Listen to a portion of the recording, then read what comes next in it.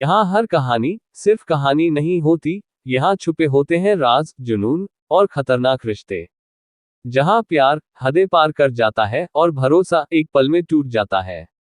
ये दुनिया है पावर, पैशन और धोखे की, जहाँ हर चेहरा मासूम नहीं और हर रिश्ता सच्चा नहीं।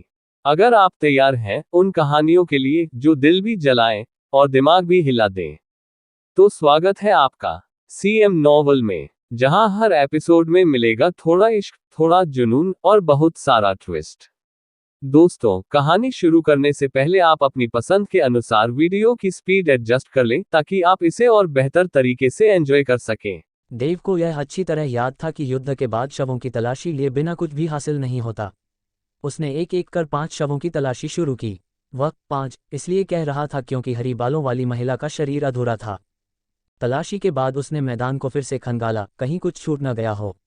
उसे जो चीजें मिली वे थीं: एक सिर कटा हुआ यंत्रमानव, एक युद्ध भाला, 100 मिश्र धातु वाले फेंकने वाले चाकू, एक जोड़ी धातु की दस्ताने, एक काला खंजर, एक पीला पत्थर मोती, कई संचार घड़ियां, जेनेटिक पोषण घोल और उपचार औषधियां। देव ने योद्धा बाजार खोला और उनमें से अधिकतर वस्तुओं की कीमत जांची। यंत्रमानव प्रतिबंधित श्रेणी में आते थे, इसलिए वह वहां नहीं मिला। पीले पत्थर मोती का कोई विवरण उपलब्ध नहीं था, बाकी सबकी जानकारी मिल गई। एस श्रेणी रक्त छाया युद्ध भाला 2 अरब का था। एस श्रेणी प्रवाही प्रकाश उड़न चाकू 100 चाकुओं का एक सेट 4 अरब का। एस श्रेणी उल्कापिंड मुठियां 2 अरब की एक जोड़ी। एस श्रेणी विषधर खंजर 1 अरब का। इन चारों की कीमत कुल मिलाकर 9 अरब थी। यंत्रमानव की कीमत भी कम से कम 3 अरब आंकी जा सकती थी। अन्य वस्तुओं सहित देव के इस युद्ध में कुल लाभ 12 अरब से अधिक था। कुछ वस्तुएं क्षतिग्रस्त थीं, फिर भी उसने लगभग 10 अरब का अनुमान लगाया। देव मुस्कुराया। एक ही युद्ध में इतना कुछ मिल जाना बहुत बड़ी बात थी। उसे लगा कि काश ऐसे 2-4 युद्ध और मिल जाएं। उसी समय 2 परिचित चेहरे आ पहुंचे, मुख्य अधिकारी ललित वर्मा और जनरल विक्रम। देव, ये सब क्या हुआ?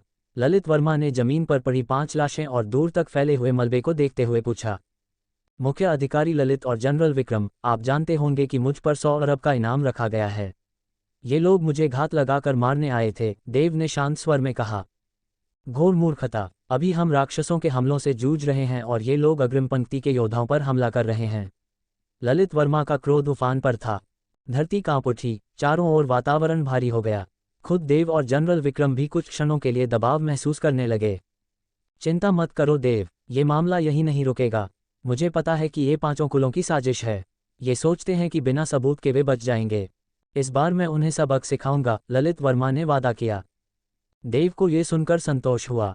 जिन 5 परिवारों ने उसके खिलाफ 100 अरब का इनाम रखा था, उनके प्रति उसमें गहरा क्रोध था। अगर मौका मिलता तो वह उन्हें समाप्त करना चाहता। जब ललित वर्मा और जनरल विक्रम ने युद्ध का विवरण पूछा तो देव ने सारी बातें स्पष्ट रूप से बता दीं। तुमने वास्तव में 6 सीमा स्तर के योद्धाओं को मार गिराया। दोनों चौंक गए।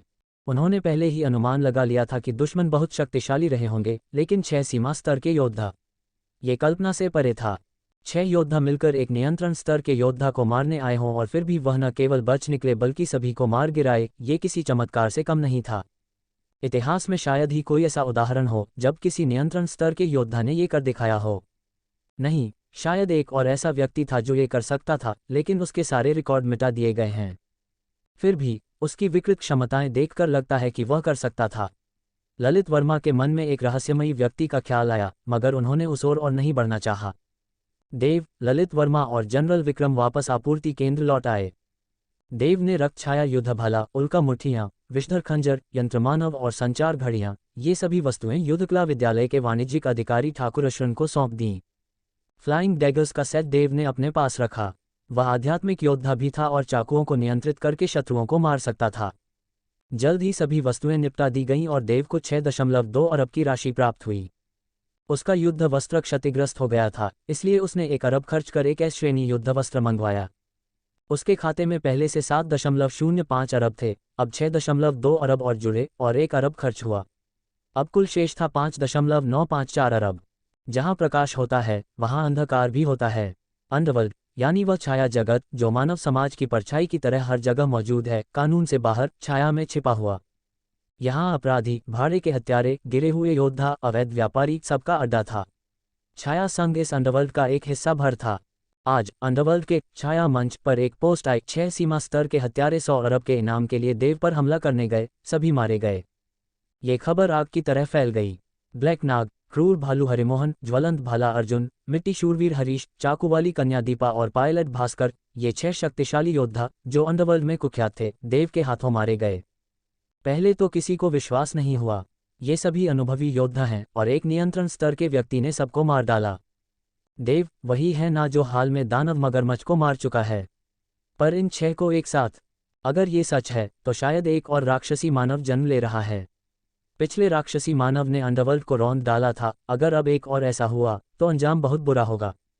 पर हम ऐसा नहीं होने देंगे। पिछली बार की त्रासदी सबको याद है। अगर देव सच में अगली पीढ़ी का राक्षसी मानव बन सकता है तो यह उसके लिए शाप होगा, वरदान नहीं। कुछ समय में खबर की पुष्टि हुई, वास्तव में देव ने ही उन 6 योद्धाओं को मारा था। अंडरवर्ल्ड में खलबली मच गई। सबकी निगाहें अब देव पर थीं। यह असर यही नहीं रुका। देव, उसका उपनाम भी वही है। कहीं इसका संबंध उस व्यक्ति से तो नहीं? उसके परिवार की जांच करो। अगर उसका संबंध उस व्यक्ति से हुआ तो दुनिया की परवाह किए बिना उसे खत्म करना ही होगा। चेहरे में कुछ समानता है, आशा है कि ये संयोग ही हो। उसी दिन 5 राष्ट्रों, कई आधार शहरों और छिपे हुए प्रभावशाली कुलों ने देव की पृष्ठभूमि की जांच शुरू कर दी। महान भारत राष्ट्र जिन्हुआ आधार शहर में एक युवक देव की तस्वीर देख रहा था जो उससे कुछ मिलता जुलता था। एक और राक्षसी मानव। उसने तस्वीर चूर कर दी और खिड़की की ओर देखकर बोला, चाचा जी, आपने हालात समझे बिना सिर नहीं झुकाया। इन चींटियों के लिए आप उन लोगों से टकरा गए। आज हमारी कुल की ये हालत उसी फैसले का नतीजा है, वरना हम कब के उस सर्वोच्च वर्ग का हिस्सा बन चुके होते। आपने अवसर गंवाया, लेकिन मैं चुलबुल उसे दोबारा पालूंगा। इस बार कोई नहीं रोकेगा। हमले के बाद से देव की जिंदगी फिर से सामान्य हो गई थी। हालांकि यह सामान्यता आम इंसान की पूरी जिंदगी से कहीं ज्यादा रोमांचक थी। वो या तो मोर्चे पर राक्षसों की बाढ़ से लड़ता या पीछे की ओर आने वाले राक्षसों का सफाया करता। पूरे दिन की ये लड़ाइयाँ और हत्याएं आम लोगों के लिए असंभव थीं। लेकिन देव के लिए ये सब शांत पानी की तरह था। इसी शांत जीवन में वह अपनी रोज की 500 किलो भोजन की आदत बनाए रखते हुए तेजी से एट्रीब्यूट पॉइंट्स जमा कर रहा था। लिंग जन, शिमिंग और लीकिनशी भी तेजी से प्रगति कर रहे थे। एक दिन लिंग जन के कमरे से अचानक शक्तिशाली ऊर्जा का विस्फोट हुआ। फिर वह बाहर निकला और शांति से देव, शिमिंग और लीकिनशी को बताया कि उसने एक्स्ट्राऑर्डिनरी रैंक हासिल कर ली है। शायद लिंग जन की उन्नति ने शिमिंग और लीकिनशी को भी बड़ा प्रेरित किया। एक हफ्ते बाद दोनों ने भी एक्स्ट्राऑर्डिनरी स्तर पर प्रगति कर ली। अब जब लिंग जन और बाकी दोनों उन्नत हो चुके थे तो मोर्चे पर उनका प्रदर्शन धीरे धीरे चकाचौंध बन गया। उनकी ख्याति भी अग्रिम मोर्चे पर फैलने लगी। अब केवल कप्तान देव ही नहीं, पूरी शार्प ब्लेड स्क्वाड चर्चित हो चुकी थी। देखते ही देखते ग्लोबल ह्यूमन जीनियस कॉम्पिटिशन के प्रीलिमिनरी राउंड को 1 महीना बीत चुका था। 1 सितंबर 3020 सेमीफाइनल शुरू हो गए। इस बार दुनिया भर के लोगों का ध्यान पहले से कहीं ज्यादा था। पिछले 1 महीने में राक्षसों की लहर पूरी दुनिया पर छा गई थी। मानवता अब एक निर्णायक मोड़ पर थी, खासकर उन बेस शहरों में जो 5 देशों से बाहर थे। वहां भीषण हानि हुई थी। यहां तक कि 5 देश भी अब यह नहीं कह सकते थे कि वे अपने शहरों को राक्षसों से पूरी तरह सुरक्षित रख सकते हैं। पूरी दुनिया पर जैसे अदृश्य काले बादल छा गए थे। और जब स्थिति इतनी भयावह हो तो लोग एक नायक की तलाश और भी तीव्रता से करते हैं। इसीलिए इस बार ग्लोबल ह्यूमन जीनियस कॉम्पिटिशन को लेकर असाधारण ध्यान दिया गया। रिस्प्लाई बेस सिटी ने भी काफ़ी तैयारी की थी। सेमीफाइनलिस्ट देव के लिए उन्होंने पहले से एक वर्चुअल हेलमेट तैयार कर रखा था। इसलिए देव अपने कमरे से ही वर्चुअल बैटलफील्ड में लॉगिन कर सकता था। लिंग जन, शिमिंग और लीकिनशी ने भी सुबह सुबह लाइव ब्रॉडकास्ट वेब पेज खोल लिया और सेमीफाइनल शुरू होने का इंतजार करने लगे। देव धीरे धीरे गर्म धूप की रोशनी में जागा। उसने आंखें खोली तो खुद को एक मुलायम सफ़ेद बिस्तर पर पाया। खिड़की से आती धूप उसकी त्वचा पर पड़ रही थी। खिड़की के पास की मेज पर ऑर्किड के फूल रखे थे। नारंगी फूल धूप में चमक रहे थे। देव उठकर खिड़की के पास गया और बाहर देखा। बाहर गगनचुंबी इमारतें थीं, लेकिन उनके ऊपर बहुत सारे विशाल उड़ने वाले राक्षस मंडरा रहे थे। सड़कों पर भी कई राक्षस झुंड में घूम रहे थे। लगता है इस बार का वर्चुअल बैटलफील्ड भी आधुनिक शहर पर आधारित है, लेकिन प्रीलिमिनरी राउंड से अलग, अब शहर के अंदर भी कई राक्षस हैं। देव बुदबुदाया और उसकी नज़र अपने बाएं हाथ की स्क्रीन पर पड़ी। प्रतियोगी देव, पॉइंट्स 0, रैंकिंग कोई नहीं, क्षेत्र गुजरात सागर क्षेत्र जोन 2, चयन नियम सेमीफाइनल की अवधि 1 दिन होगी। इसके बाद पॉइंट्स के आधार पर विजेता का निर्धारण किया जाएगा। पॉइंट्स नियम, किसी प्रतियोगी को मारने पर 1 पॉइंट मिलेगा और साथ ही विरोधी के अर्ध पॉइंट्स भी मिलेंगे। राक्षस को मारने पर भी 1 पॉइंट मिलेगा। किसी राक्षस द्वारा मारे जाने पर अपने आधे पॉइंट्स गंवाने होंगे। रैंकिंग नियम, जितने ज़्यादा पॉइंट्स उतनी ऊंची रैंकिंग, मरने वाले भी रैंकिंग में गिने जाएंगे। प्रतियोगिता के नियम लगभग प्रीलिमिनरी राउंड जैसे ही थे, बस अब राक्षसों को भी शामिल किया गया था। जैसे ही देव नियमों को पढ़ रहा था, असल दुनिया में कई लोगों ने देख लिया कि वह गुजरात क्षेत्र के दूसरे जोन में दिखाई दिया है और उन्होंने उस जोन का लाइव स्ट्रीम खोल लिया। कुछ समय पहले ही देव अपनी अग्रिम मोर्चे की लड़ाई और boundary real armoured giant crocodile को मारने के वीडियो के कारण दुनिया भर में मशहूर हो गया था। अब अरबों लोग उसकी गतिविधियों पर नज़र रख रहे थे, इसलिए जैसे ही वह गुजरात जोन 2 में दिखा, उस जोन का लाइव स्ट्रीम सबसे ज़्यादा देखे जाने वाला प्रसारण बन गया। लिंगजन, शिमिंग, लिकेनशी, देव की बहन राधा, डोंग वेंकट और भी कई देव के जानने वाले लगभग सभी लोगों ने इस लाइव स्ट्रीम को खोला था, सिवाय डोनफांग मीनाक्षी और उन अन्य प्रतिभागियों के जो सेमीफाइनल में भाग ले रहे थे। यहाँ तक कि देव का परिवार, लिंग परिवार, झा परिवार, एंस्ट परिवार और मेदिची परिवार भी यह सब देख रहे थे। अरे, क्या मेरी आंखें धोखा दे रही हैं? रक्त तलवार क्षितिजराज भी उसी जोन में है जिसमें देव। वाह, तांडव तलवार, देव और रक्त तलवार क्षितिजराज एक ही जोन में हैं। मज़ा आएगा। देव बहुत शक्तिशाली है, लेकिन क्षितिजराज भी कम नहीं। उसने भी एक कमांडर स्तर के चमगादड़ जैसे राक्षस को मारा है। मैंने ब्लड स्वॉर्ड जितेंद्र लोहित का युद्ध वीडियो देखा है। मैं बस यही कह सकता हूं कि यह व्यक्ति रक्तपात और भय का प्रतीक है। ऐसा लगता है जैसे यमराज ने स्वयं जन्म लिया हो। मुझे तो लगता है ये प्रचंड तलवार देव से भी अधिक भयानक है। कुछ दिन पहले मैंने प्रचंड तलवार देव और ब्लड स्वॉर्ड जितेंद्र लोहित की लड़ाई का वीडियो देखा था। दुर्भाग्य से उसमें बस एक ही वार का दृश्य था और वो भी बराबरी पर छूटा। अब जब दोनों एक ही जोन में हैं, तो असली ताकत का फैसला हो ही जाएगा। रोमांच से भर गया हूँ। मुझे लगा था कि देव और जितेंद्र का मुकाबला क्षेत्रीय फाइनल में होगा, पर यह तो इतनी जल्दी हो रहा है। आंखों के लिए किसी दावत से कम नहीं। देव और जितेंद्र दोनों ही भारत के प्रमुख युवा योद्धा थे। उन्हें गुजरात के जुड़वां सितारे कहा जाता था। उनकी प्रसिद्धि सिर्फ देश में ही नहीं, बल्कि दुनिया भर में फैली हुई थी। अब जब दोनों एक ही डिवीजन में एक साथ दिखे, तो पूरी दुनिया में उनकी चर्चा आग की तरह फैल गई। यहाँ तक कि अंतर्राष्ट्रीय सोशल मीडिया प्लेटफॉर्म्स पर भी जुड़वां सितारों की टक्कर हेडलाइन बन गई। गुजरात जोन 2 की लाइव स्ट्रीमिंग पहले ही 1 अरब से ज़्यादा लोग देख रहे थे। अब संख्या बढ़कर 2 अरब पार कर गई। वर्चुअल युद्धभूमि, गुजरात जोन 2। धड़ाम। देव ने अपनी बाईं कलाई की स्क्रीन पर मुकाबले के नियम पढ़ने ही शुरू किए थे कि तभी 10 मीटर लंबी बिजली से भरी टिड्डी खिड़की तोड़ते हुए कमरे में घुस आए। उसके शरीर से बाजू जितनी मोटी बिजली की धाराएं निकली और सीधे देव पर गिर पड़ीं। कमरे में रखा टीवी, बढ़ी, फ्रिज, सोफा, मेज सब कुछ झुलस गया। बिस्तर पर पड़ी चादर जलने लगी।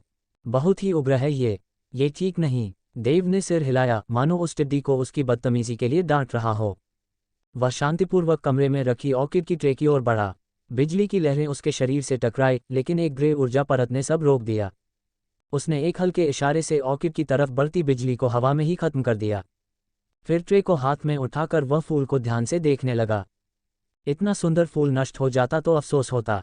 वह खुद से बुदबुदाया और आसपास गिरती बिजली पर ध्यान तक नहीं दिया। जब टिड्डी ने देखा कि सामने खड़ा यह इंसान उसे पूरी तरह नज़रअंदाज कर रहा है, तो उसकी आंखें खून जैसी लाल हो गईं। उसका शरीर और भी ज्यादा चमकने लगा। वह गुर्राए और झपट पड़ी, लेकिन जैसे ही वह आधी दूरी तय कर पाए, उसका शरीर वहीं थम गया।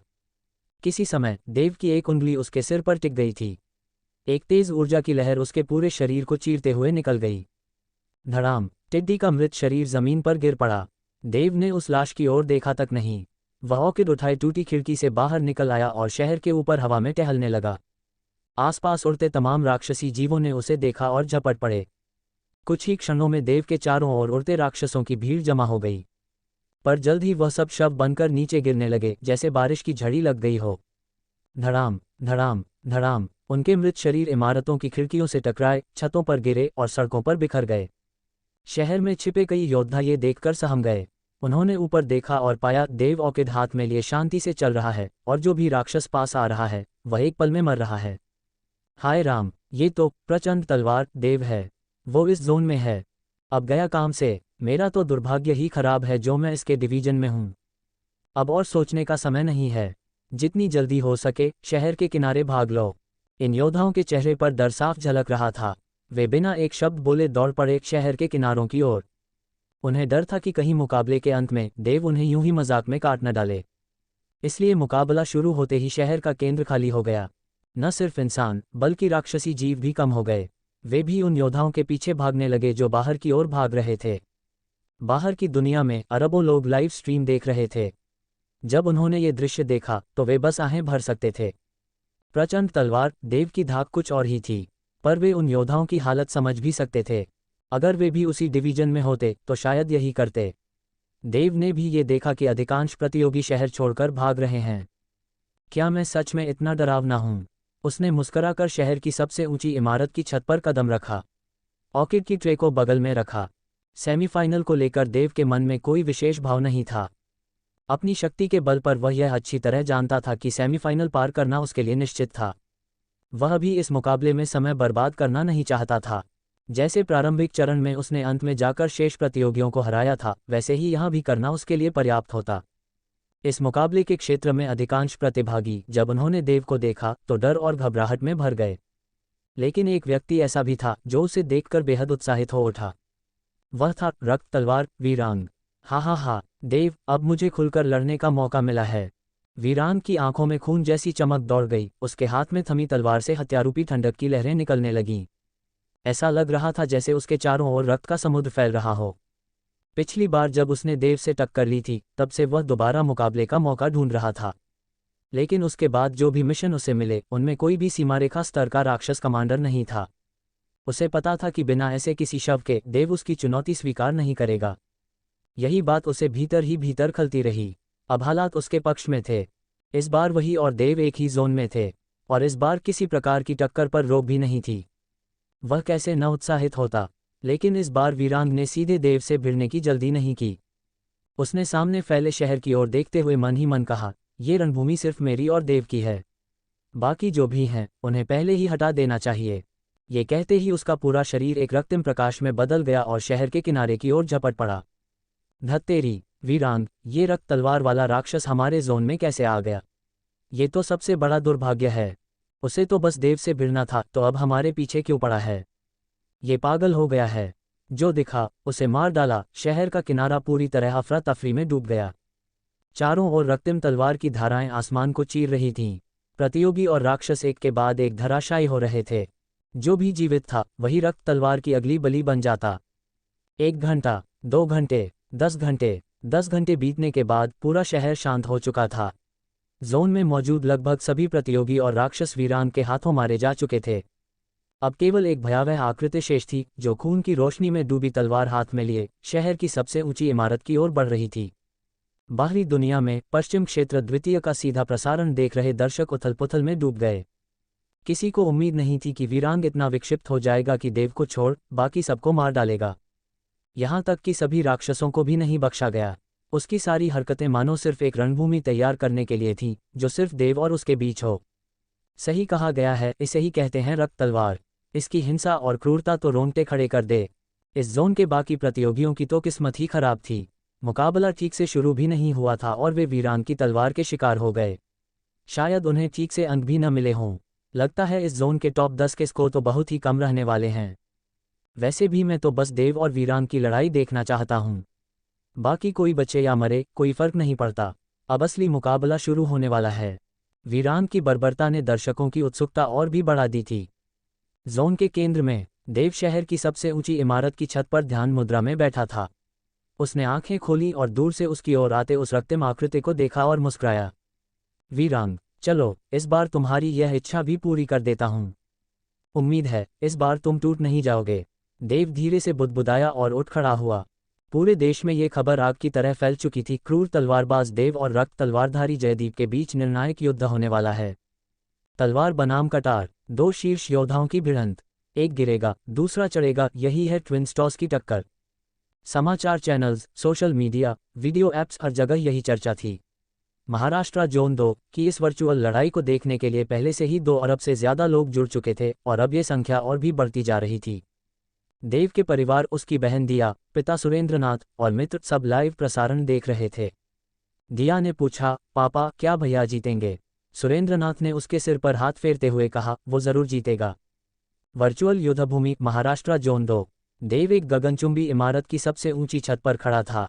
नीचे सड़क पर, हाथ में रक्त जगमगाती तलवार लिए, जयदीप उसकी ओर बढ़ रहा था। दोनों की नजरें हवा में टकराईं। एक अदृश्य बिजली कौंधी। देव के चारों ओर विनाशकारी तलवार भावना फैलने लगी, जिससे आसमान पर काले बादल मंडराने लगे। नीचे सड़क पर, जयदीप की तलवार से रक्त की ऊर्जा उठने लगी, जिससे पूरी सड़क लहूलुहान सी दिखने लगी। तभी एक जोरदार विस्फोट हुआ। दोनों योद्धाओं की शक्तियां हवा में टकराईं। इमारतों के शीशे चकनाचूर हो गए। जयदीप ने पहला वार किया। उसके हाथ की रक्त तलवार से निकली 100 मीटर लंबी लाल लपट ने सीधा देव की इमारत को 2 हिस्सों में बांट दिया। पर देव वहां से गायब हो चुका था। वह पास की दूसरी इमारत पर जा पहुंचा। जयदीप की तलवार फिर चली, एक और इमारत चीर दी गई और फिर वह देव के सामने आ खड़ा हुआ। देव ने न तलवार निकाली, न हथियार, बस अपनी धातु जैसी तर्जनी उंगली उठाए। तुम खेलना चाहते हो तो ठीक है, मैं भी खेलता हूं। बाहर की दुनिया में करोड़ों दर्शक हैरान थे। क्या देव सिर्फ उंगली से लड़ने वाला है? ये घमंड है या आत्मविश्वास? लेकिन जयदीप को फर्क नहीं पड़ा। उसके लिए लड़ाई ही सब कुछ थी। उसने अपनी तलवार से लगातार वार करने शुरू कर दिए, एक ही पल में सैकड़ों प्रहार। पर देव हवा में तैरता हुआ बस अपनी उंगली से हर वार को काटता गया। धातु उंगली बनाम रक्त तलवार। तलवार और कटार की टक्कर से निकली ऊर्जा से आसमान, इमारतें, सड़कें और यहाँ तक कि जमीन भी कांपने लगी। दोनों योद्धा कभी आसमान में, कभी जमीन के अंदर, कभी इमारतों के बीच, हर जगह लड़ रहे थे। शहर का 2/3 हिस्सा मलबे में बदल चुका था। देव का एक भी बाल नहीं बिगड़ा था और जयदीप लहूलुहान घुटनों के बल बैठा, पर आंखों में वही दीवानगी। उसने हंसते हुए कहा, तुम जैसे प्रतिद्वंद्वी से मिलकर जीवन सार्थक हो गया। फिर उसने आखिरी वार किया। अपना अस्तित्व तलवार में समेटकर एक भीषण लाल लपट बनकर देव पर टूट पड़ा। देव ने अपनी उंगली से 5 प्रलयकारी कटार ऊर्जाएं छोड़ दीं। एक ही क्षण में वह लाल वार टुकड़ों में बिखर गया। धरती पर एक गहरी दरार बन गई। जयदीप का शरीर 2 टुकड़ों में कट गया। मैं हार गया, ये कहकर उसका शरीर वर्चुअल स्पेस में विलीन हो गया। बाहर की दुनिया में दर्शक झूम उठे। देव ने जीत लिया। वो सिर्फ एक कंट्रोल स्तर का योद्धा नहीं, वो कहीं आगे है। उसने घमंड नहीं किया, वह आत्मविश्वासी था। सेमीफाइनल समाप्त हो चुके थे। सेमीफाइनल खत्म हो गया है। स्कोरबोर्ड पर जो शीर्ष 10 खिलाड़ी हैं, वही अब क्षेत्रीय फाइनल में जाएंगे। बाकी सभी बाहर हो चुके हैं। देव के मुकाबला क्षेत्र के ऊपर एक विशाल स्क्रीन प्रकट हुई। उस पर 10 नाम और उनके अंक दिखाए गए। पहला स्थान देव 660 अंक। दूसरा स्थान जयदीप 500 अंक। तीसरा स्थान फैजान 10 अंक। चौथा स्थान ललित यादव 8 अंक। पांचवां स्थान जितेंद्र गायकवाड़ 6 अंक। इस बार प्रत्येक मुकाबला क्षेत्र में केवल 100 प्रतियोगी थे। पूरे क्षेत्र में कुल 2000 से भी कम राक्षस थे, इसलिए कुल अंकों की संख्या पिछले चरण की तुलना में काफ़ी कम थी। यही वजह थी कि क्षेत्र में पहले स्थान पर आने के बावजूद देव के केवल 660 अंक ही थे। जैसा मैंने सोचा था वैसा ही हुआ। मुकाबले की शुरुआत में ही जयदीप ने देव को छोड़कर बाकी सभी पर धावा बोल दिया। किसी को भी आगे बढ़ने का मौका ही नहीं मिला। देव और जयदीप को छोड़कर बाकी सभी के अंक देखने लायक भी नहीं हैं।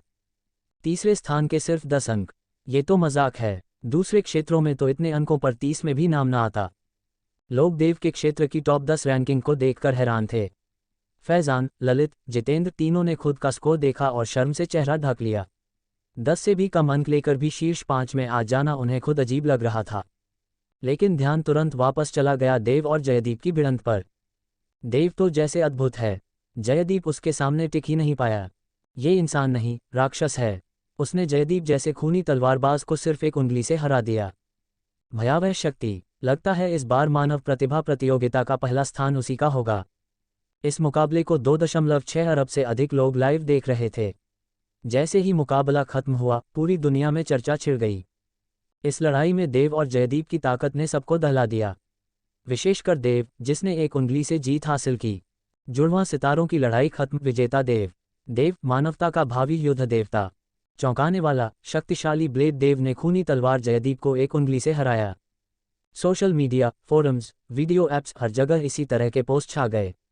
वीडियो इंटरनेट पर जोरों से वायरल हुआ। देव का नाम फिर से सुर्खियों में आ गया। सप्लाई बेस में, बधाई हो बॉस, आपने फिर से पहला स्थान हासिल किया। देव जैसे ही वर्चुअल युद्धभूमि से निकला, ललित, जितेंद्र और फैजान तुरंत उसकी ओर बढ़े।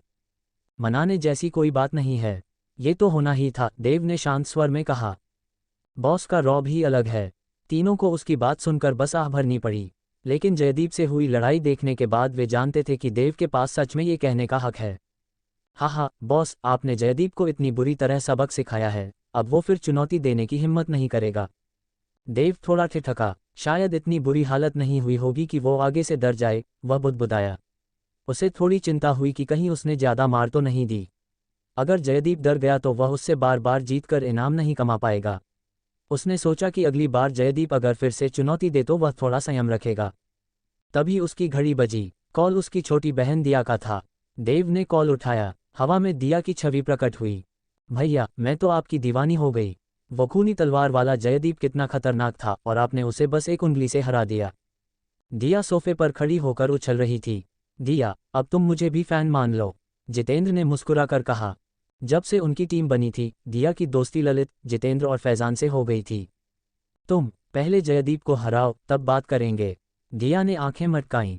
मैं कोई देव नहीं जो एक उंगली से जीत जाऊं। तो फिर ज्यादा उम्मीद मत रखना। दिया हंस पड़ी और बाकी सभी को नमस्ते कहा। कॉल खत्म होने के बाद कई और कॉल्स आए, डोंग फांग, यशोदा, वाजपेयी साहब, लेकिन वाजपेयी साहब का कॉल कुछ सोचने पर मजबूर कर गया। देव, क्या तुमने हाल ही में उन 5 बड़ी कुलों के अलावा किसी और को नाराज किया है? पिछले कुछ दिनों से दुनिया भर की कई ताकतवर संस्थाएं देव की पहचान की छानबीन कर रही थीं। उन्हें शक था कि वह किसी और भी बड़ी ताकत के टारगेट पर है। मुझे नहीं लगता कि मैंने किसी और को नाराज किया हो सकता है वो काले नाग और उसके 6 साथियों को मारने की वजह से। पर इतनी बड़ी हलचल, क्या वो 6 हत्यारे इतने प्रभावशाली थे? देव सोच में पड़ गया। लगता है मुझे और ताकतवर बनना ही होगा। अगर मैं पर्याप्त ताकतवर हूं तो किसी से डरने की जरूरत ही नहीं। ड्रैगन बे गार्डन में दिया अब भी सोफे पर नाच रही थी। उसके पिता देवकांत मुस्कराते हुए उसे देख रहे थे। उन्होंने खिड़की से बाहर झांका। दिया, तुम्हारे भैया ने फिर जीत हासिल की है। चलो, इस खुशी में कुछ सब्जियां खरीद लाता हूं। हाँ पापा, दिया उछलते हुए बोली। आधा घंटा बाद देवकांत लौटे और किचन में खाना बनाने लगे। ड्रैगन बे गार्डन के पास एक छोटे जंगल में 100 से अधिक लाशें पड़ी थीं। अलग अलग देशों के कपड़े, रंग, जैसे पूरी दुनिया से आए हों। सभी की आंखें खुली थीं, चेहरों पर गहरी दहशत। लगता था जैसे मरने से पहले उन्होंने किसी भयानक चीज को देखा हो। इनमें से 20 से अधिक में अत्यधिक शक्तिशाली सीमा स्तर की ऊर्जा थी। ये वो योद्धा थे जिन्हें सीमा रेखा के दिग्गज कहा जाता था। जैसे कि दक्षिण क्षेत्र के बैटलैक स्कूल के 3 पर्यवेक्षकों में से एक वाजपेयी साहब, वही एक सीमा रेखा योद्धा थे। अब वहां 20 से अधिक ऐसे योद्धा मरे पड़े थे। उनके साथ 100 नियंत्रण स्तर के योद्धा भी थे। अगर यह खबर फैलती तो पूरी दुनिया हिल जाती। धीरे धीरे इन लाशों पर कोई रहस्यमयी शक्ति हावी हो गई। वे अदृश्य कणों में बदलकर हवा में बिखर गईं। लगता है नर्क के भाड़े के सैनिक अब कभी नहीं लौटेंगे। क्या बैटलैक स्कूल के योद्धा देव के परिवार की रक्षा कर रहे हैं? या फिर देव वही है, उस आदमी का बेटा, और वह आदमी अब भी जीवित है? नर्क में समा गए सब, सीमा रेखा के योद्धा तक गुमशुदा। ड्रैगन बे गार्डन तो जैसे काला सुराख हो। दुनिया भर की ताकतें भेजी गईं और सब गायब हो गए। इस दिन दुनिया भर की बड़ी बड़ी संस्थाओं के ऊपरी अधिकारी सिहर उठे। सेमीफाइनल समाप्त होने के बाद भी जुड़वां सितारों की भिड़ंत पूरी दुनिया में चर्चा का केंद्र बनी रही। तानाशाही तलवारधारी देव और रक्त तलवार योद्धा जयदीप की लड़ाई का वीडियो इंटरनेट पर तेजी से वायरल हो रहा था और दर्शक अब भी रोमांचित थे। देव का जीवन अब फिर से सामान्य हो गया था। वह वापस अपनी ड्यूटी पर लौट आया, सीमा की रक्षा करना, सीमा के पीछे के राक्षसों का सफाया करना और हर दिन 500 किलो राक्षसी मांस खाना। शांत दिन तेजी से गुजरते गए। कुछ ही पलों में 7-8 दिन बीत चुके थे। चमगादड़ जैसी राक्षसी प्रजाति के कमांडर श्रेणी के जीव आकार और भार में बख्तरबंद विशाल घड़ियाल से कहीं कमजोर थे। यहां तक कि घड़ियाल के कुछ टुकड़े अकेले ही पूरे चमगादड़ राक्षस से भारी होते। ये बात असामान्य नहीं थी। अब पृथ्वी पर मौजूद सभी राक्षस पुराने जानवरों के ही उत्परिवर्तित रूप थे। और आमतौर पर जो जानवर पहले बड़े आकार के थे, उनके राक्षसी रूप भी उतने ही विशाल होते। चमगादड़ घड़ियाल से बहुत छोटे होते हैं, इसलिए उन्हीं स्तर के राक्षसी रूप में भी चमगादड़ कहीं पीछे थे। हालांकि आकार और भार से शक्ति का संबंध नहीं होता। देव ने 500 किलो राक्षसी मांस खाया और जल्दी ही चमगादड़ प्रजाति के कमांडर का मांस खत्म कर दिया। काश थोड़ा और होता, देव ने मन में सोचा और अपनी गुण सूची पर नजर डाली। नाम देव, उन्नत नियंत्रण क्षेत्र का योद्धा, जीवन ऊर्जा 8100, गुण अंक 141, 750, शक्ति का हृदय 100% अपग्रेड नहीं किया जा सकता। आध्यात्मिक अवशेष 5% अपग्रेड संभव। नवचंद्र रक्त रेखा पंख 400/0 अपग्रेड संभव। मूल श्वसन तकनीक एस रैंक स्तर 42 अंधगर्त रूप अपग्रेड संभव। संहार संसार SS रैंक स्तर 5 अपग्रेड संभव। अत्यधिक टाइटेनियम स्वर्ण शरीर एस रैंक स्तर 5 मानव सीमा शरीर अपग्रेड संभव। माया एस रैंक स्तर 7 अपग्रेड संभव।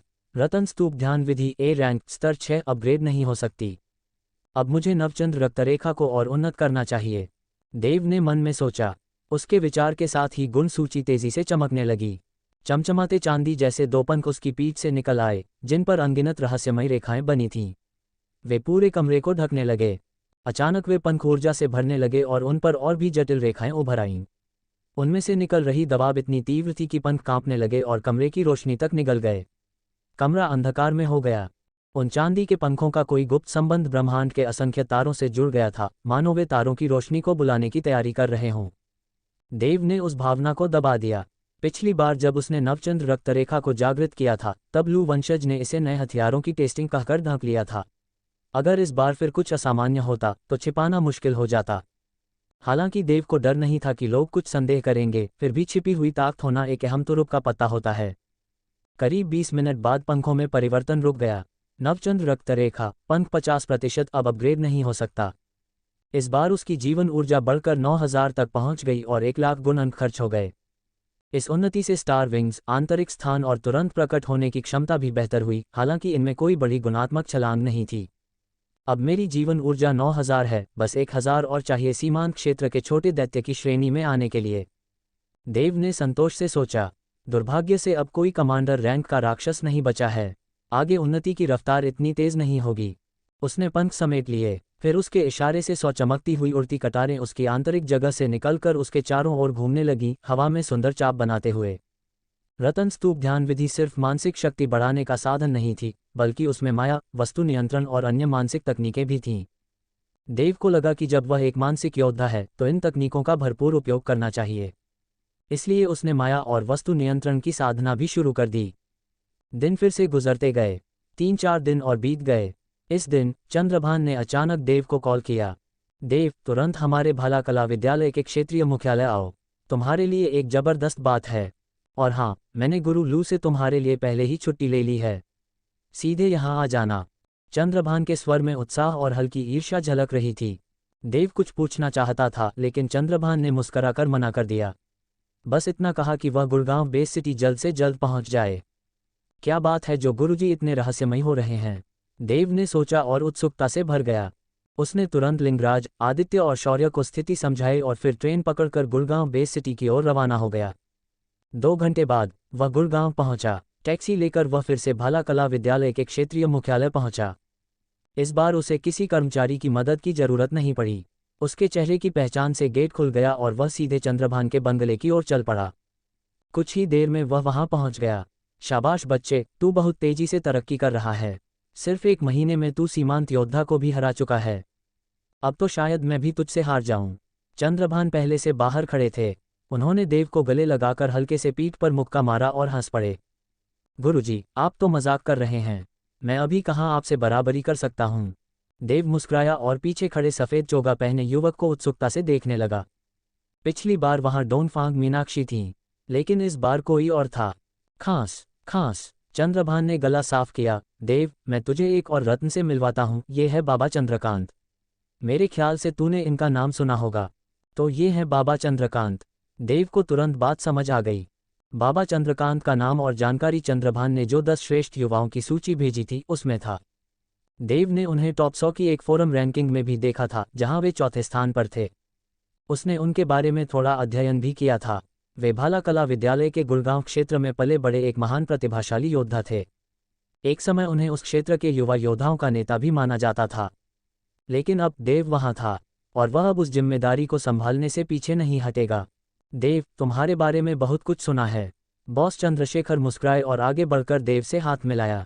करीब महीने भर पहले जब पर्यवेक्षक राजीव ने पहली बार बताया था कि हमारी बैटलैक्स मार्शल आर्ट्स अकादमी में एक अद्भुत प्रतिभा उभरी है जो भविष्य में मानवता का महान योद्धा बन सकता है, तब मैंने भी सोचा था कि तुम्हारे साथ मुकाबला करूं और देखूं कि क्या तुम सच में उतने ही ताकतवर हो जितना पर्यवेक्षक ने बताया है। लेकिन जब मैंने तुम्हारा मुकाबला उस विक्षिप्त जेतेश लोंगन से देखा, तब समझ गया कि मैं तुम्हारी ताकत का मूल्यांकन करने लायक भी नहीं हूं। चंद्रशेखर ने मुस्कराते हुए कहा और खुले दिल से माना कि वह कभी देव की तुलना करना चाहता था, पर अब मान चुका था कि वह उससे पीछे है। भाई चंद्रशेखर, इतनी जल्दी हार मान ली? मुकाबला नहीं करोगे? देव ने हंसते हुए कहा। नहीं भाई, नहीं, जब वो विक्षिप्त जेतेश भी तुमसे हार गया तो मैं क्यों अपनी बेइज्जती करवाऊं? चंद्रशेखर ने हाथ हिलाते हुए कहा। शायद अब सिर्फ लीका ही तुम्हारी सही प्रतिद्वंद्वी हो सकती है। लीका कभी हमारे गुजरात बेस सिटी की सबसे ताकतवर युवा योद्धा मानी जाती थी। यहाँ तक कि जेतेश भी उसकी ताकत के आगे झुक गया था। दुर्भाग्य से लीका कई सालों तक गायब रही और हाल ही में लौटी है। पर अभी उसने नियंत्रण स्तर को हाल ही में पार किया है। चाहे उसमें कितना भी दम हो, अभी वो तुम्हारे बराबर नहीं होगी। देव गंभीर हो गया। वो जानता था लीका कोई साधारण नाम नहीं है। अगर लीका वही बड़ी बहन तलवार है तो ये बात उसके दिल में एक हलचल पैदा कर गई। अगर स्कूल के दिनों में बड़ी बहन तलवार का मार्गदर्शन न मिला होता तो शायद आज वो यहाँ तक न पहुँच पाता। बड़ी बहन तलवार ने कहा था कि अगर मैं कभी उसे ढूंढना चाहूँ तो सीधे ली परिवार के पास जा सकता हूँ। इस काम के बाद मैं जरूर मिलूंगा उससे। देव ने मन में ठान लिया। पर्यवेक्षक, आपने मुझे यहाँ बुलाया था, कहा था कि कुछ विशेष है दिखाने को, अब तो बता सकते हैं, है क्या? देव ने राजीव की ओर देखा। राजीव मुस्कुराए और बोले, चंद्रशेखर तुम ही बता दो। ठीक है। चंद्रशेखर मुस्कुराया और देव से बोला, तुम्हें क्या लगता है कैसा था हमारा विश्व तब जब प्रलय आई थी? ये तो सब जानते हैं ना? देव ने चौंकते हुए कहा, इतिहास की किताबों में पढ़ा है कि प्रलय से पहले हमारा समाज आधुनिक था। करीब 190 देश थे, न कोई राक्षस थे, न कोई युद्धकला। तुम सही हो, पर अगर समय और पीछे जाए तो शायद सामंती युग होगा, उसके बाद दास प्रथा, फिर आदिम युग, फिर डायनासोरों का समय। देव ने जवाब दिए, पर उसकी उलझन बढ़ती जा रही थी। तभी चंद्रशेखर ने मुस्कराकर कहा, देव तुम्हारा इतिहास गलत नहीं है, पर अधूरा है। क्या मतलब? देव ने भौहें चढ़ाते हुए पूछा। तुम्हें शायद पता नहीं, पर हमने जो कई प्राचीन सभ्यताओं के अवशेष खोजे हैं वे ऐसे मानवों के हैं जो डायनासोरों से भी पहले अस्तित्व में थे। और ये प्राचीन मानव आज की सभ्यताओं से बिल्कुल अलग थे। उनकी ज्ञान और शक्तियां हमारी कल्पना से परे थीं। यहाँ तक कि आज की जो हमारी युद्धकलाएं हैं वे भी उन्हीं की कुछ तकनीकों से प्रेरित हैं। चाहे वह भारतीय योग हो, बौद्ध ध्यान या पश्चिमी ऊर्जा सिद्धांत, सब में कुछ न कुछ अंश उन प्राचीन मानवों से लिए गए हैं। देव सन्न रह गया। वो दुनिया जिसे वह जानता था वह झूठ नहीं थी, पर पूरी भी नहीं थी। मानव इतिहास डायनासोरों से भी पुराना था। उनके पास अपनी युद्ध कला और ध्यान तकनीकें थीं। देव का दिमाग घूम गया। तो ये जो अवसर है जिसका पर्यवेक्षक ने जिक्र किया था, क्या वो इन्हीं प्राचीन मानवों से जुड़ा है? बिल्कुल। चंद्रशेखर ने सिर हिलाया। हाल ही में जब एक भयंकर राक्षसी तूफान आया तो गुजरात क्षेत्र की एक पर्वत श्रृंखला ध्वस्त हो गई और वहां एक गुप्त सुरंग खुल गई। एक युद्ध देवता स्वयं वहां गया और पाया कि नीचे एक प्राचीन मानव सभ्यता का खंडहर छिपा था। पर वो खंडहर युद्ध देवताओं और राजाओं के लिए बहुत उपयोगी नहीं था। इसलिए तय हुआ कि विश्व मानव प्रतिभा प्रतियोगिता में जिन युवाओं ने असाधारण प्रदर्शन किया है उन्हीं को ये खोज करने का अवसर दिया जाएगा। और जो कुछ भी मिलेगा वो तुम्हारा होगा। देव, ये मौका अनमोल है।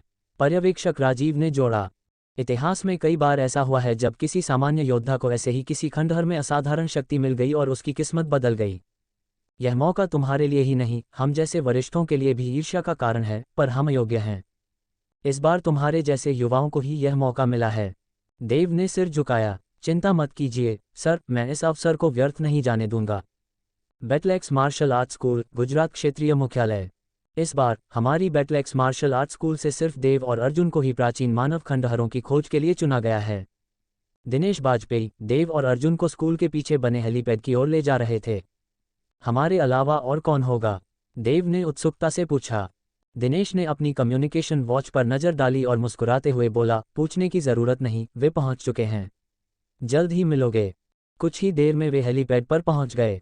हरे मैदान पर एक काले रंग का त्रिकोणीय लड़ाकू विमान खड़ा था। उसका पंखीन त्रिकोणीय डिजाइन समतल धड़ में पूरी तरह घुला हुआ था, मानो किसी साइंस फिक्शन फिल्म से आया हो। देव उस जहाज को देखकर तुरंत मोहित हो गया। किसी भी लग्जरी उड़ने वाली गाड़ी की तुलना में यह मशीन कहीं बेहतर लग रही थी। अर्जुन भी उसकी ओर एकटक देख रहा था। दिनेश की मुस्कान फैल गई। हाँ, मोहित हो गए न? इसे स्मार्ट फाइटर जेट कहते हैं। ये हमारे अध्यक्ष की सवारी है। मानव नगरों के अलावा जंगली और समुद्री क्षेत्रों के आकाश पर राक्षसी उड़ने वाले जीवों का ही राज है। सामान्य फ्लाइंग कार या जहाज वहां उड़ान नहीं भर सकते, हमला हो जाएगा। लेकिन स्मार्ट फाइटर जेट वह अलग चीज है। 3 श्रेणियां होती हैं, राजा श्रेणी, ब्रह्मांड श्रेणी और आदिपुरुष श्रेणी। राजा श्रेणी भी 10,000 मीटर प्रति सेकंड की गति और प्लाज्मा तोप, मिसाइलें, बम, लेजर और ऑटोगन जैसे हथियारों से लैस होती है। ऐसे में इन विमानों को राक्षसी उड़ने वाले जीवों से घिरने का डर नहीं रहता। देव तुरंत बोल पड़ा, इसे खरीदा कैसे जाता है? दिनेश हंसा, बनाना बहुत मुश्किल है। पूरे मानव समाज में गिने चुने हैं। कीमत भी कम से कम 30,000 करोड़। और तब भी सिर्फ पैसा काफ़ी नहीं है। कम से कम राजा स्तर का योद्धा बनकर मानवता के लिए योगदान देना होता है। देव और अर्जुन एक दूसरे को देखकर चुप हो गए। तभी 9 युवक युवतियां वहां आए। देव ने उनमें से 4 को पहचान लिया। उसकी नज़र एक छोटे बालों वाली लड़की पर पड़ी, नज़र तलवार जैसी तेज और चाल में आत्मविश्वास। वह तुरंत उसकी ओर बढ़ा। देव, उनमें से कुछ की शक्ल गंभीर हो गई। पूरे गुजरात क्षेत्र में देव के नाम से हर मार्शल आर्टिस्ट परिचित था। निधि और श्रेया ने मुस्कुराकर देव को अभिवादन किया। देव ने जवाब में सिर हिलाया, लेकिन रुककर सीधा दीदी शमिता के सामने खड़ा हो गया। उसकी आंखों में चमक थी। गुरुजी, आखिरकार आपसे फिर मिलना हुआ। निधि, श्रेया, आर्या, भावना और बाकी जो देव के अतीत से वाकिफ थे, हैरान नहीं हुए। वे जानते थे दीदी शमिता ही उसकी स्कूल टीचर थीं। पर राघव, अमन और सना सन रह गए। क्या लीगी? मेरा मतलब दीदी शमिता देव की गुरु हैं। राघव बुदबुदाया, मुझे इन दोनों ने अलग अलग वक्त पर हराया है, ये जोड़ी तो। दीदी शमिता ने देव को नज़रों से परखा, फिर उसकी सख्त मुद्रा एक पल के लिए पिघली। वह मुस्कुराई, मानो बर्फीली चोटी पर बर्फ का फूल खिला हो। तुमने मुझे निराश नहीं किया। तुम मेरी उम्मीदों से भी आगे निकले हो। देव के होठों पर मुस्कान आ गई। भीतर एक संतोष उमड़ आया। वह और दीदी शमिता कुछ पल तक बातें करते रहे, बिछड़ने के बाद की जिंदगी को साझा करते हुए। पुराने दिन फिर ताज़ा हो गए। बाकी युवा उन्हें देखकर बेचैन हो उठे। अगर ये दोनों साथ हुए तो कोई उन्हें रोक पाएगा? अमन ने धीरे से कहा। दूर खड़े अर्जुन और दिनेश भी यही सोच रहे थे। ये दोनों अगर साथ लड़े तो ये मानवीय देवता बन सकते हैं, दिनेश बोला। शायद एक दिन इतिहास की सबसे प्रसिद्ध गुरु शिष्य जोड़ी बन जाएं। निधि ने देव को बाकी युवाओं से मिलवाया। ये हैं Arya, nature martial art school से। ये भावना, स्पिरिट स्कूल से। ये हैं राघव, फर्स्ट मिलिट्री यूनिवर्सिटी से। यह अमन, सेकंड मिलिट्री यूनिवर्सिटी से। और यह सना, गुप्ता परिवार से। देव ने सभी से शिष्टता से परिचय किया और नंबर शेयर किए। तभी एक बुजुर्ग सादे वस्त्रों में प्रकट हुए। प्रमुख, दिनेश ने तुरंत अभिवादन किया। वे थे तिवारी जी, बैटलेक्स स्कूल के गुजरात मुख्यालय के अध्यक्ष। देव और बाकी युवाओं ने भी विनम्रता से झुककर उन्हें नमस्कार किया। ठीक है, अब औपचारिकताओं का समय नहीं। विमान में बैठो, मैं खुद तुम्हें खंडहरों की ओर ले जा रहा हूँ। तिवारी जी के इशारे पर विमान का दरवाज़ा खुल गया। सबने एक एक कर भीतर छलांग लगाए और अपनी सीट पर बैठ गए। तिवारी जी भी साथ आए और बोले, उड़ान भरो। विमान धीरे धीरे ऊपर उठता गया, जब तक वह शहर की ऊर्जा ढाल की ऊंचाई तक नहीं पहुंच गया। एक लाल किरण विमान पर गिरी, पहचान प्रक्रिया थी। फिर ऊर्जा ढाल पर एक विशाल द्वार खुला। तिवारी जी के नियंत्रण में विमान उस द्वार से बाहर निकल गया। एक बिजली सी चमकी और त्रिकोणीय विमान ध्वनि की गति को पार कर अदृश्य हो गया। नीचे खड़े दिनेश ने उसे जाते हुए देखा और बुदबुदाए। उम्मीद है उन्हें वहां कुछ बड़ा हासिल हो, अब उनके पास सीखने का समय ज्यादा नहीं बचा। त्रिकोणीय फाइटर जेट की गति बेहद तेज थी। देव और उसके साथी जब तक कुछ समझ पाते, वे अपने गंतव्य पर पहुंच चुके थे। हम आ गए। तंग युवानिकिंग ने जेट को एक ढहे हुए पर्वतीय इलाके के ऊपर स्थिर किया। देव और बाकी सभी बाहर आए और हवा में तैरते हुए नीचे देखने लगे। वहां एक काले रंग का गड्ढा दिख रहा था, जो इसी पहाड़ी के ढहने के कारण उजागर हुआ था। अगर यह पर्वत अचानक न ढहता तो शायद किसी को पता भी नहीं चलता कि यहाँ वर्षों से एक प्राचीन मानव सभ्यता छिपी हुई थी। देव ने उस गुफा के मुहाने को देखा और वहीं पास में एक बड़ी चट्टान पर एक वृद्ध को देखा, सिल्वर बाल, करीने से सजे और पूरी तरह सूट में। वे ध्यान की मुद्रा में बैठे थे, पर जितना भी देखने की कोशिश की जाती, उस वृद्ध का असली चेहरा नहीं दिख रहा था। ऐसा लग रहा था जैसे कोई अदृश्य शक्ति उनकी छवि और उपस्थिति को छिपा रही हो। देव और उसके साथियों को महसूस हुआ कि अगर वह वृद्ध चाहें तो शायद उन्हें देख पाना या महसूस कर पाना भी संभव न हो।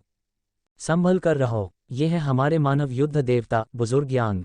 ये प्राचीन मानव अवशेष हाल ही में उजागर हुए हैं, और अभी जबकि विश्वभर में पशु आक्रमण फैले हुए हैं, इस स्थान की सुरक्षा के लिए भारी बल लगाना संभव नहीं है। इसलिए इन दिनों स्वयं बुजुर्ग यांग यहाँ पहरा दे रहे हैं। तंग युवानिकिंग ने समझाते हुए कहा, जिससे सब सावधानी बरतें और बुजुर्ग यांग को घूरना बंद करें। जैसे ही देव और बाकी साथियों को पता चला कि वे वास्तव में मानव युद्ध देवता हैं, सब चौंक गए और तुरंत निगाहें हटा लीं। यहाँ तक कि हमेशा उद्दंड रहने वाला क्षेलोंग्युआन भी सावधान हो गया।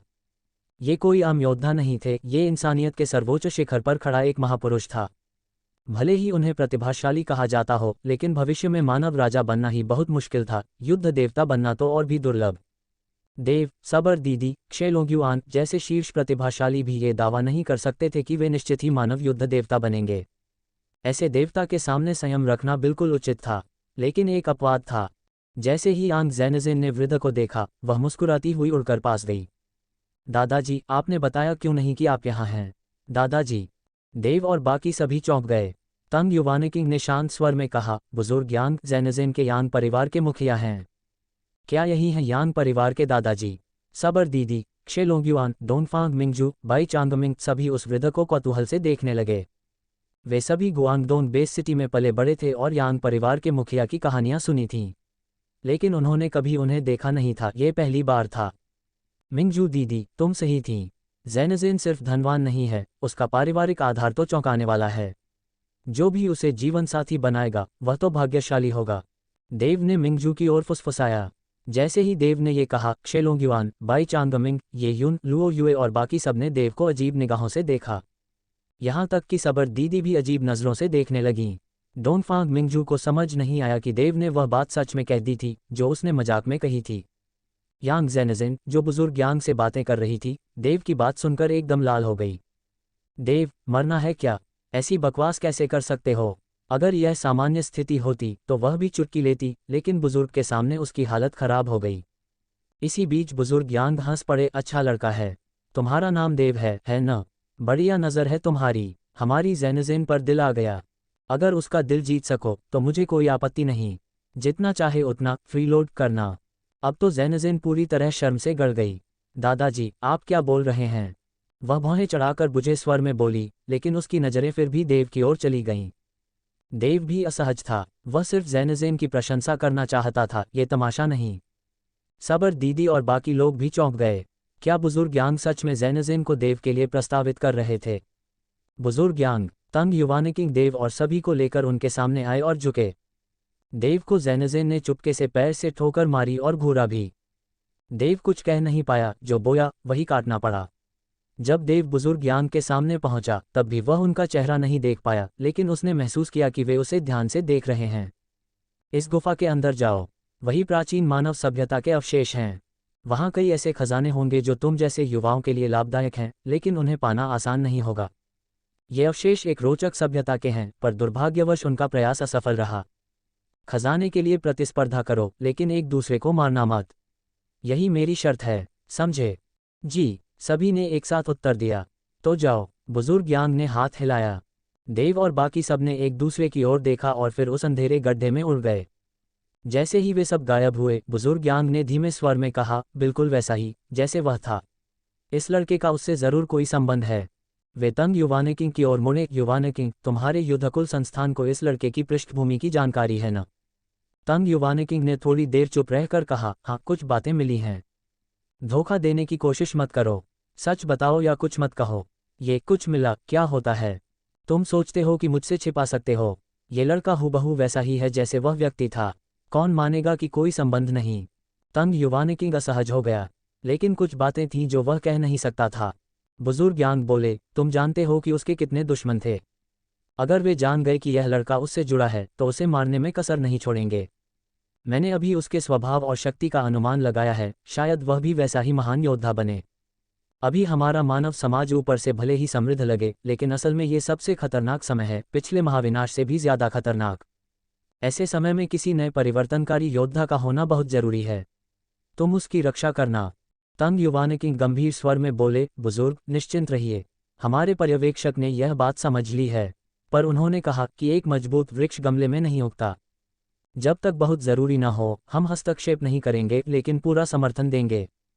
तो यही ड्रैगन का रास्ता है। बुजुर्ग यांग ने सोचा, अगर ये उसी की योजना है तो ठीक है। मैं तो बस एक सामान्य युद्ध देवता हूँ, उसके जितना दूर नहीं देख सकता। तंग युवानिकिंग ने मन ही मन सोचा, अगर ये सामान्य है तो फिर बाकियों का क्या होगा? इधर देव और उसके साथी जैसे ही गुफा में पहुंचे, उन्होंने खुद को एक गहरे सुरंग में पाया जो जमीन के गर्भ में नीचे जा रही थी। करीब 15 मिनट तक सतर्क उड़ान भरने के बाद वे एक अजीब सी अंधेरी दुनिया में पहुंचे, और तभी उनके सामने एक विशाल जंग लगा स्टील से बना शहर देखा जो किसी भूले बिसरे समय की कहानी कह रहा था। देव और उसके साथियों ने जब इस प्राचीन मानव सभ्यता के खंडहर को देखा तो वह वैसा नहीं था जैसा उन्होंने कल्पना की थी। प्राचीन शब्द सुनते ही सामान्यतः लोग कुछ आदिम और पुरातन दृश्य की अपेक्षा करते हैं, शिकार, प्रतीक चिन्ह और आदिवासी सभ्यता जैसे तत्व। पर उनके सामने जो था वह कल्पना से परे था, एक विशाल स्टील नगरी। लोहे की इमारतों से भरी यह नगरी करोड़ों वर्ष पुरानी लगती थी, फिर भी आधुनिक तकनीकी युग की याद दिला रही थी। जमीन तक पर विशाल स्टील की पटरियां थीं, पर अब सब कुछ जंग खा चुका था। इमारतें ढह चुकी थीं और हर जगह जंग लगे टुकड़े बिखरे पड़े थे।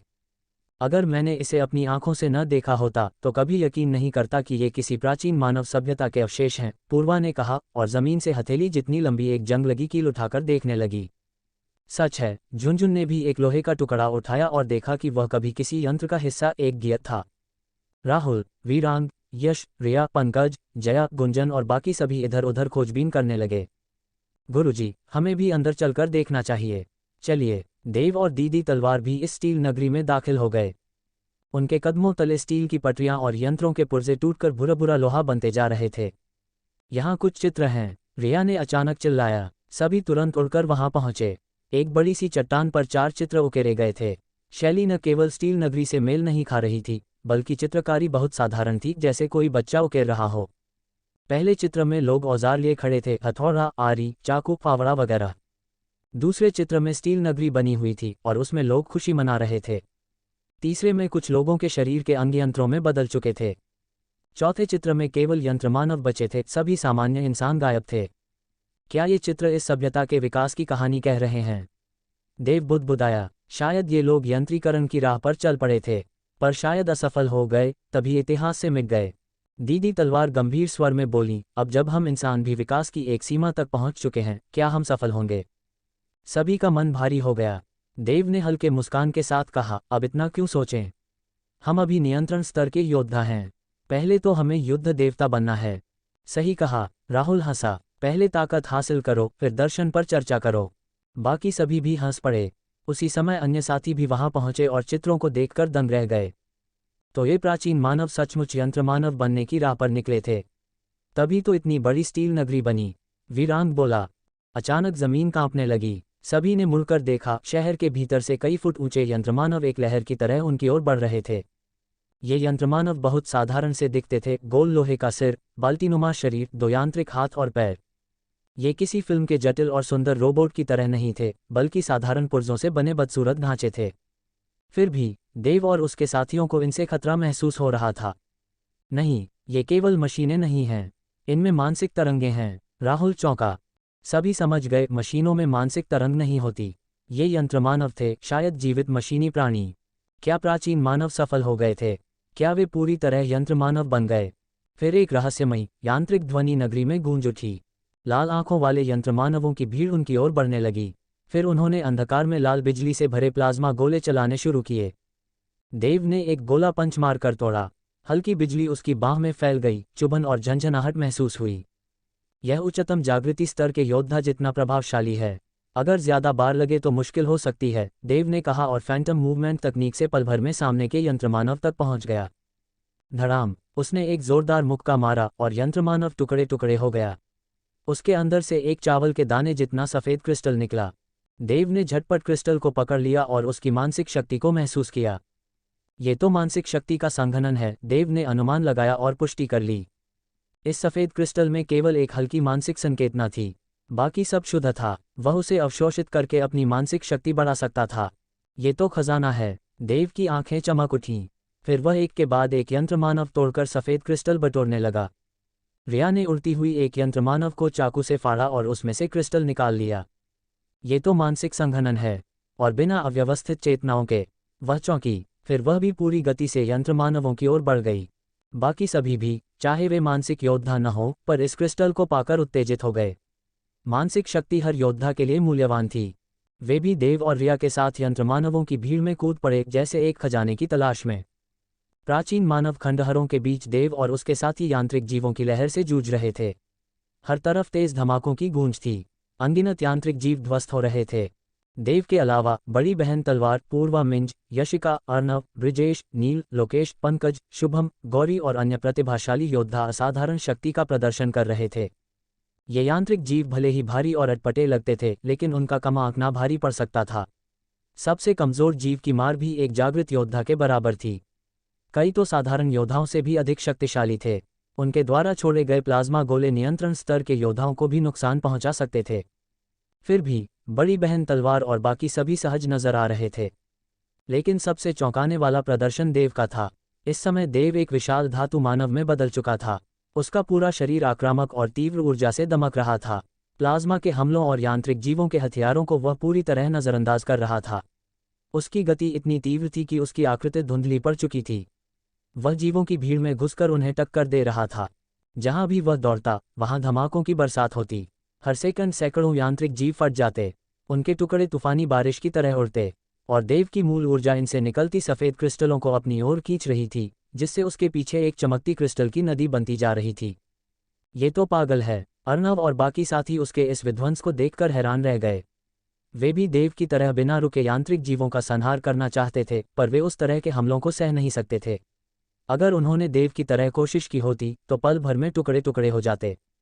देव भी सबका निरीक्षण कर रहा था। बड़ी बहन तलवार सच में गुवाहाटी बेस सिटी की पूर्व कमांडर जैसी दिखती हैं। नियंत्रण स्तर में नहीं होने के बावजूद उनकी शक्ति अर्नव से कुछ ही कम है। जिस रफ्तार से वह बढ़ रही हैं, जल्द ही अर्नव को पीछे छोड़ देंगी। देव ने देखा कि बड़ी बहन तलवार बिजली की देवी जैसी लग रही थीं। उनके चारों ओर बाजू जितनी मोटी बिजली की लहरें लिपटी थीं। उनकी बिजली तलवार तकनीक इतनी प्रबल थी कि हर बार एक विशाल विद्युत जाल बना देता। जाल में फंसे यांत्रिक जीव तुरंत जलते और फट जाते। पूर्वा मिंज और अन्य प्रतिभाओं ने भी देव को निराश नहीं किया। वे आम योद्धाओं से कहीं अधिक शक्तिशाली थे। लेकिन तभी यांत्रिक जीवों की लहर से 10 अजीब और विशाल जीव उभरे। 100 मीटर लंबा यांत्रिक सांप, भारी गियरों वाला यंत्र, अनेकों टेंटाकल्स वाला ऑक्टोपस, एक धुएं जैसे बादल की तरह उड़ता यांत्रिक पक्षी। ये सब एक साथ देव और उसके साथियों की ओर बढ़े। उनके नीचे सामान्य यांत्रिक जीव कुचल दिए गए। इनके आने से ऐसा लग रहा था जैसे हजारों सैनिकों की सेना आ गई हो। ये तो सीमारेखा स्तर के यांत्रिक जीव हैं। पूर्वा मिंज की आवाज़ कांप गई। बड़ी बहन तलवार को छोड़कर बाकियों के पास उन्हें रोकने की ताकत नहीं थी। सब भागने की तैयारी करने लगे, पर देव ने बिना रुके इन दैत्यों से सीधा टक्कर लेना शुरू किया। चंद मिनटों में उसने उस यांत्रिक सांप, भारी गियर वाले यंत्र और ऑक्टोपस को चकनाचूर कर दिया और फिर सीधे बाकी दैत्यों से भिड़ गया।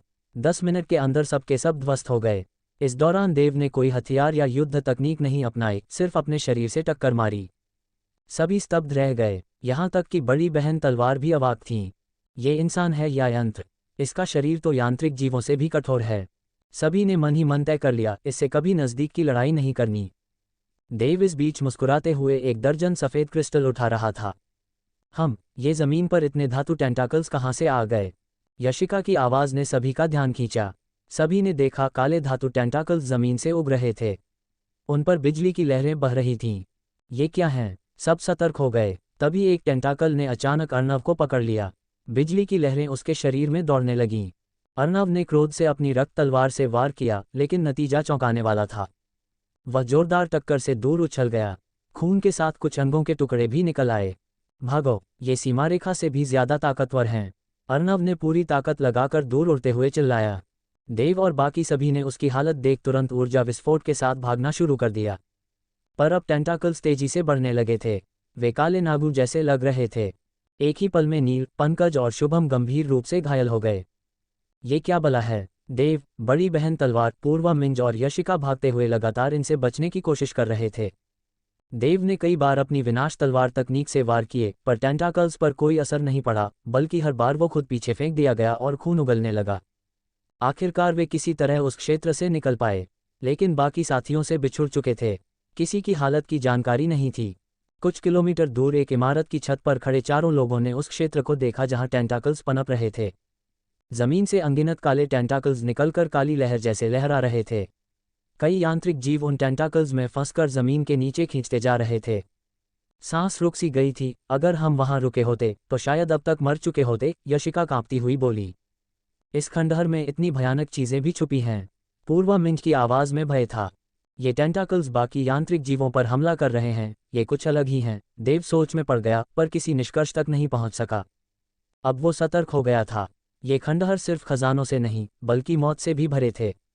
प्राचीन मानव खंडहर। देव, बड़ी बहन तलवार, मीनाक्षी और यशवर्धन पिछली घटनाओं के बाद अब कहीं अधिक सतर्क हो चुके थे। उन्होंने बिना सोचे समझे नए इलाकों में प्रवेश नहीं किया। जो सफ़ेद क्रिस्टल हमें अभी मिले हैं, वो मानसिक शक्ति का संकेंद्रण हैं। हम इन्हें अवशोषित कर सकते हैं, इससे हमारी आत्मिक शक्ति बढ़ेगी। क्यों न पहले इन्हें अवशोषित कर लें, ताकत बढ़ा लें, फिर आगे बढ़ें। मीनाक्षी ने सुझाव दिया। मैं सहमत हूँ। ये जगह जितनी हमने सोचा था उससे कहीं ज़्यादा खतरनाक है। जितने ताकतवर होंगे उतना सुरक्षित रहेंगे। यशवर्धन ने हामी भरी। ठीक है, पहले कोई शांत जगह ढूंढते हैं जहां हम ये क्रिस्टल अवशोषित कर सकें। देव और बड़ी बहन तलवार को भी कोई आपत्ति नहीं थी। कुछ ही देर में उन्हें एक अधगिरा हुआ पुराना भवन मिला। सब ने अलग अलग कमरों में जाकर सफ़ेद क्रिस्टल अवशोषित करना शुरू किया। देव ने कमरे में पद्मासन लगाकर बैठते ही अपने आंतरिक भंडार से सफ़ेद क्रिस्टलों का ढेर निकाल लिया। उसने अपनी मानसिक शक्ति सक्रिय की और हर क्रिस्टल का विश्लेषण किया। 3000 से अधिक जागृत स्तर के यंत्र मानव, 500 विशिष्ट स्तर के, 30 नियंत्रण स्तर के और 15 सीमा स्तर के थे। पता नहीं ये क्रिस्टल गुणसूत्र बिंदुओं में बदले जा सकते हैं या नहीं। सीधे अवशोषण से पूरी तसल्ली नहीं होती। देव ने बुदबुदाते हुए एक जागृत स्तर वाले क्रिस्टल को उठाया और उसमें मानसिक शक्ति से प्रवेश किया। कुछ ही देर में उसने एक हल्की सी तरंग महसूस की, एक बेहद कमजोर सिग्नल। उसने मानसिक शक्ति से उस तरंग को मिटा दिया, फिर अपनी मौलिक ऊर्जा को सक्रिय कर उसे क्रिस्टल पर केंद्रित किया और अवशोषण शुरू किया। तुरंत ही क्रिस्टल बर्फ की तरह पिघल गया। एक ठंडी शक्ति उसके शरीर में समा गई और दिमाग में प्रवेश करने लगी। उसी समय देव को महसूस हुआ कि उसकी विशेष क्षमता इस ऊर्जा को पूरी तरह गुणसूत्र बिंदुओं में बदल सकती है। उसने बिना देर किए शक्ति को बिंदुओं में परिवर्तित कर दिया। गुणसूत्र बिंदु 41,850 जोड़ 100। 100 अंक बढ़ गए। देव के चेहरे पर खुशी दौड़ गई। फिर उसने क्रम से विशिष्ट, नियंत्रण और सीमा स्तर के क्रिस्टलों को भी परिष्कृत किया। 1000, 10,000 और 100,000 अंक मिले। लगता है इस बार कुल अंक 10 लाख से भी ज्यादा हो सकते हैं। ये सोचकर उसका रोमांच बढ़ गया। उसकी आत्मिक वस्तु तेजी से कंपन करने लगी। मानसिक शक्ति ने पूरे क्रिस्टल पहाड़ को ढक लिया और वह झटपट सभी सिग्नलों को मिटाकर उन्हें परिष्कृत करने लगा। गुणसूत्र बिंदु जोड़ 100, गुणसूत्र बिंदु जोड़ 1000, गुणसूत्र बिंदु जोड़ 10,000, गुणसूत्र बिंदु जोड़ 100,000। कुछ ही घंटों में पूरा क्रिस्टल पहाड़ पिघल चुका था। 2,641,850 जोड़ 2.6 मिलियन। देव की आंखें चौड़ी हो गईं। सच में 26 लाख बिंदु बढ़ गए। इससे ज्यादा की उम्मीद नहीं थी। ये स्टील नगरी तो जैसे खजाना है। उसका सांस थोड़ा तेज हुआ। वो मन ही मन चाहता था कि इस पूरे खंडहर में जितने यंत्र मानव हैं, सबको नष्ट कर दे और सारे क्रिस्टल खुद के लिए रख ले। लेकिन ये संभव नहीं था। ये प्राचीन खंडहर पूरी मानवता की धरोहर था। उन्हें यहाँ आने का अवसर इसलिए मिला था क्योंकि मानव संघ युवा प्रतिभाओं को विशेष प्रशिक्षण दे रहा था। फिर इतनी आसानी से उन्हें दोबारा यहाँ आने का अवसर नहीं मिलेगा। और यहाँ की कुछ शक्तियाँ अभी उसके बस की भी नहीं थीं। अब जब मेरे पास इतने बिंदु हैं तो ताकत बढ़ाने का समय है। उसने अपने गुणसूत्र बोर्ड पर नजर डाली। नाम: देव, उन्नत नियंत्रण स्तर योद्धा। जीवन ऊर्जा 9000। गुणसूत्र बिंदु 2641,850। शक्ति का हृदय 100% अविकसित योग्य नहीं। आत्मिक वस्तु 5% विकसित योग्य। नवचंद्र वंशज पंख 50% विकसित योग्य। मूल श्वास तकनीक एस रैंक 42वां स्तर अंधगर्त रूप विकसित योग्य। विनाश कला SS रैंक 5वां स्तर विकसित योग्य। टाइटेनियम स्वर्ण शरीर S रैंक 5वां स्तर मानव उच्चतम रूप विकसित योग्य।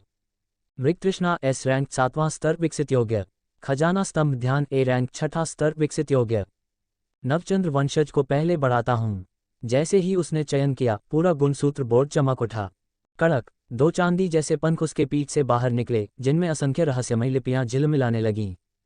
उन्हें देखकर पूरा कमरा अंधेरे में डूब गया। पंखों की आभा आसपास की रोशनी को निगल रही थी। सिर्फ एक जोड़ी चांदी जैसे पंखों में तेज चमक उठी। वे चांदी के पंख ब्रह्मांड के अनगिनत सितारों से किसी अदृश्य डोर से जुड़ते से प्रतीत हो रहे थे, मानो अरबों तारों की रोशनी को अपने भीतर खींच लेने को आतुर हों। लेकिन देव ने इस उत्कंठा को दबा दिया। वह इस समय प्राचीन खंडहरों में शक्ति वृद्धि की प्रक्रिया में था। यदि वह अत्यधिक उथल पुथल मचाता तो संभव था कि किसी अनचाही मुसीबत को न्योता मिल जाए। पंखों से निकलने वाला दबाव लगातार बढ़ रहा था। अनगिनत रहस्यमयी मंत्र चिन्ह तारों जैसे चमक रहे थे, मानो वे पंख नहीं, कोई प्राचीन आकाशगंगा हो। अब वह जोड़ी पंख किसी वैदिक अंतरिक्ष की छाया लेकर उड़ने को तैयार थीं। देव स्पष्ट महसूस कर सकता था कि उसकी पीठ पर फैले पंख पूरी तरह खुलने को आतुर थे। उसी क्षण उसके मन में एक संदेश गूंजा। इस संदेश ने साफ बताया कि यदि ये सितारों के पंख पूरी तरह फैलते हैं तो इनकी लंबाई पूरे 5 किलोमीटर तक हो जाएगी, और तब 5 किलोमीटर के दायरे की सारी रोशनी ये पंख निगल लेंगे। देव ने इस उत्कंठा को फिर से दबाया। समय अभी नहीं आया था। कुछ पलों बाद पंखों से निकली तरंगें शांत हो गईं। देव ने अपनी गुण सूची पर नजर डाली। नवचंद्र रक्तरेखा 100% अविकसित योग्य नहीं। क्या 100% होने के बाद भी ये और नहीं बढ़ सकते? देव की भौहें तन गईं। उसे लगा था कि वह इसे तब तक बढ़ा सकेगा जब तक उसके पास गुण अंक एट्रीब्यूट पॉइंट्स हैं, पर अब साफ था कि इसकी कुछ सीमाएं हैं। उसने रक्तरेखा पर ध्यान केंद्रित किया। तभी उसके भीतर एक सूचना उभरी। सूचना: नवचंद्र रक्तरेखा अब तुम्हारे शरीर की अधिकतम सहनशक्ति पर पहुंच चुकी है। देव ने गहरी सांस ली और इसे वहीं रोक दिया। शायद सीमा स्तर बाउंड्री रेल्म पर पहुंचने के बाद ही इसे और बढ़ा पाऊंगा। उसने पुनः अपनी गुण सूची देखी। गुण अंक 2141,850। उसने इस बार 5 लाख अंक खर्च कर दिए थे। अब उसके पास अभी भी 21 लाख से अधिक अंक बचे थे। अब आत्मा धरोहर स्पिरिट रेलिक को बढ़ाते हैं, देव ने निश्चय किया। अगले ही क्षण उसकी गुण सूची दोबारा चमक उठी। उसके मस्तिष्क में स्थित आत्मा धरोहर में अचानक कंपन होने लगे। तेज प्रकाश निकलने लगा। फिर एक तेज चटाक की ध्वनि हुई और आत्मा धरोहर 5 हिस्सों में बंट गया। अब उसके पास 5 आत्मा धरोहर थे और वे सभी पूर्ण नियंत्रण स्तर पर पहुंच चुके थे। इनसे निकलती 5 धाराओं जैसी मानसिक ऊर्जा उसके ध्यान पगोड़े पर बहने लगीं। ये 6 मंजिला पगोडा धीरे धीरे बढ़ते बढ़ते 12 मंजिल तक पहुंच गया, जबकि इस ध्यान विद्या की सीमा केवल 7 मंजिल थी। गुण अंक 641,850। आत्मा धरोहर 5 अविकसित योग्य नहीं। ध्यान पगोडा विद्या SS श्रेणी 12वां स्तर अविकसित योग्य नहीं। इस उन्नयन में 15 लाख गुण अंक खर्च हुए थे, पर लाभ भी उतना ही बड़ा था। देव को अब पूरा यकीन था कि वह सीमा स्तर पर पहुंच सकता है, यदि कुछ समय एकांत साधना में लगाकर चेनबाजों की पौराणिक पद्धति अपनाई जाए। लेकिन अभी नहीं। मेरे पास अभी भी 6 लाख से अधिक अंक हैं। आधार श्वास विधि, माया चाल और परम टाइटेनियम स्वर्णकाय को भी अब बढ़ा देता हूं। उसने विचार करते हुए आदेश दिया, और फिर उसके शरीर में ऊर्जा की ज्वालाएं फूट पड़ीं। कमरा ऊर्जा से भर गया, मानो ज्वार आ गया हो। आधे दिन बाद जब सब शांत हुआ, देव ने फिर से अपनी गुण सूची देखी। नाम: देव, उच्च नियंत्रण स्तर योद्धा, जीवन क्षेत्र ऊर्जा 17,000। गुण अंक 156। शक्ति का हृदय 100% अविकसित योग्य नहीं। आत्मा धरोहर 5। नवचंद्र रक्तरेखा 500%। आधार श्वास विधि SS 150वां स्तर अंधगर्त रूप। विनाश विधि SS 5वां स्तर। परम टाइटेनियम स्वर्णकाय S 6ठा स्तर पृथ्वी परम काय। माया चाल SS स्तर 30। ध्यान पगोडा विद्या SS स्तर 12। योजक चिन्ह योजक चिन्ह योजक चिन्ह। देव अब पूरी शक्ति से भरा हुआ महसूस कर रहा था। भले ही उसने अभी परीक्षण नहीं किया था, पर उसे यकीन था कि वह पिछले वाले अपने ही रूप को अब आसानी से पराजित कर सकता है। मेरी जीवन क्षेत्र ऊर्जा अब 17,000 हो गई है और मध्य सीमा स्तर के लिए मानक केवल 20,000 है, यानी सिर्फ 3,000 की कमी है। उसने आत्मविश्वास से कहा, इस बार तो मैं नियंत्रित स्तर की सारी सीमाएं लांघ चुका हूं। अब जब प्राचीन खंडहर की खोज पूरी हो जाए तब सीमा स्तर की ओर कदम बढ़ाऊंगा। वह कमरे से बाहर निकला। बाहर देखा कि बड़ी बहन तलवार, पूर्वा और यामिनी उसे ऐसे देख रही थी जैसे कोई भूत देख लिया हो। क्या हुआ? मुझे ऐसे क्यों घूर रही हो? देव चौंका। पूर्वा बोली, क्या हुआ? ये तो कुछ ज्यादा ही हो गया। यामिनी बोली, हम सब इंसान हैं, फिर हमारे बीच इतना फर्क क्यों? देव को समझ आ गया कि वे हाल की उथल पुथल को लेकर हैरान थीं। पूर्वा बोली, देव, तू कोई राक्षस है क्या? वो श्वेत क्रिस्टल तुझे मानसिक बल तो देते हैं, लेकिन इतनी तेजी से बढ़ने की क्षमता नहीं। तू जब अपने कमरे में साधना कर रहा था तब बाहर ऊर्जा की लहरें ऐसी उठ रही थीं जैसे कोई आदिपुरुष अंदर छिपा हो। यामिनी भी बोली, तेरी ऊर्जा ने तो हमें डरा ही दिया। मैं तो डर गई थी कि कहीं तू मुझे निगल न जाए। सिर्फ एक दिन में इतनी प्रगति, तू कर क्या रहा है साधना में? बड़ी बहन तलवार बोली, देव, मैं तुझे अब तक कम आंक रही थी। तेरी क्षमता को देख लगता है कि तू भविष्य में नाग, सूर्यदेव सोल और चंगा साहा जैसे महायोद्धाओं की श्रेणी में जाएगा। पूर्वा और यामिनी की आंखें फटी की फटी रह गईं। नाग, सूर्यदेव और चंगा साहा, ये तीनों मानव जाति के सर्वोच्च योद्धा थे। उनसे ऊपर कोई नहीं था। देव यदि उनकी बराबरी कर सकता था तो वह सिर्फ मानव मार्शल गॉड नहीं, मानव जाति का रक्षक बन सकता था। उन्होंने एक दूसरे की ओर देखा और अब देव को एक नए नजरिए से देखने लगे। प्राचीन खंडहरों के बीच देव और उसके 3 साथियों ने साधना पूरी करने के बाद इस लोहे के नगर का अन्वेषण शुरू किया। धान्य, एक पहाड़ जितने बड़े यांत्रिक सुआ का शरीर लाल बिजली से चमकती एक धातु मुष्टि की चोट से चकनाचूर हो गया। उसके असंख्य कलपुर्जे उछलते हुए एक पुराने जंग लगे भवन से टकराए और पूरे भवन को ढहा दिया। देव ने दाहिने हाथ से एक मुट्ठी के आकार का सफेद क्रिस्टल उठाया। 1,00,000 गुणांक बिंदु और वह मुस्कुराया और क्रिस्टल को अपनी आंतरिक ऊर्जा स्थान में रख लिया। फिर उसने अपने उस हाथ को देखा जिसमें से लाल बिजली चमक रही थी और संतोष से सिर हिलाया। चरम टाइटेनियम स्वर्ण शरीर की छठी अवस्था पृथ्वी चरम शरीर ने उसकी अपेक्षाओं को पूर्णतः पार कर दिया था।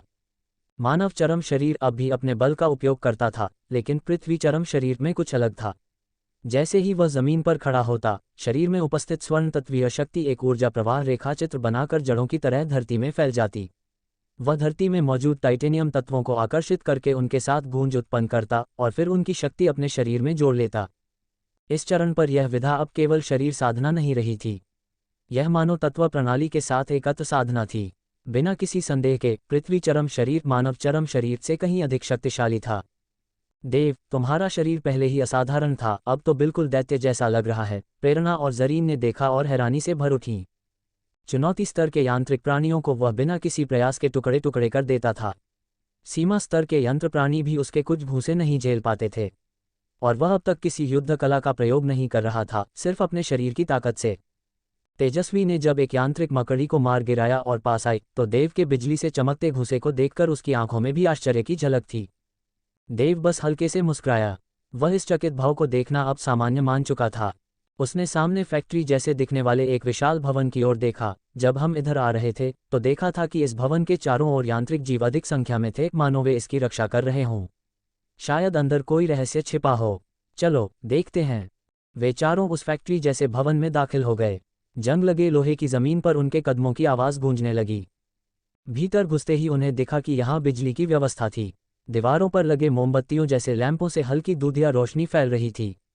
रास्ते के दोनों ओर कुछ ऐसे प्राचीन राक्षसी जीवों की मूर्तियां थीं जिन्हें कोई पहचान नहीं पाया। एक अजीब सा भय और गंभीरता वातावरण में समा गई। वे सतर्कता से चलते रहे, पर कोई यांत्रिक प्राणी सामने नहीं आया। धीरे धीरे दीवारों पर बने प्राचीन चित्र उभरने लगे जिनमें अंतिम संस्कार से जुड़ी आकृतियां थीं। ये जगह तो किसी समाधि जैसी लग रही है, प्रेरणा ने फुसफुसाया। तुम्हारी भावना सही है, यह शायद कोई समाधि ही है। तेजस्वी ने भवन के मध्य की ओर इशारा किया, जहां हजारों हीरे जैसे क्रिस्टल ताबूत एक पिरामिड के आकार में रखे थे। हर ताबूत में कोई आकृति लेटी हुई दिखाई दी। ये तो किसी प्राचीन मानव सभ्यता की कब्र लगती है। सभी हैरान हो उठे। वे उड़ते हुए उस पिरामिड के पास पहुंचे। एक ताबूत में करीब 1 मीटर लंबा शव था, एक प्राचीन मानव। उसका शरीर आधुनिक मानव से बहुत पतला था, लेकिन उसका सिर असामान्य रूप से बड़ा था। बाकी ताबूतों में भी यही बात दिखाई दी, पतला शरीर लेकिन सिर अत्यधिक बड़ा। फिर उन्होंने पिरामिड के आधार पर एक क्रिस्टल समाधि पर देखा जिसमें जटिल प्राचीन लिपियां उकेरी हुई थीं।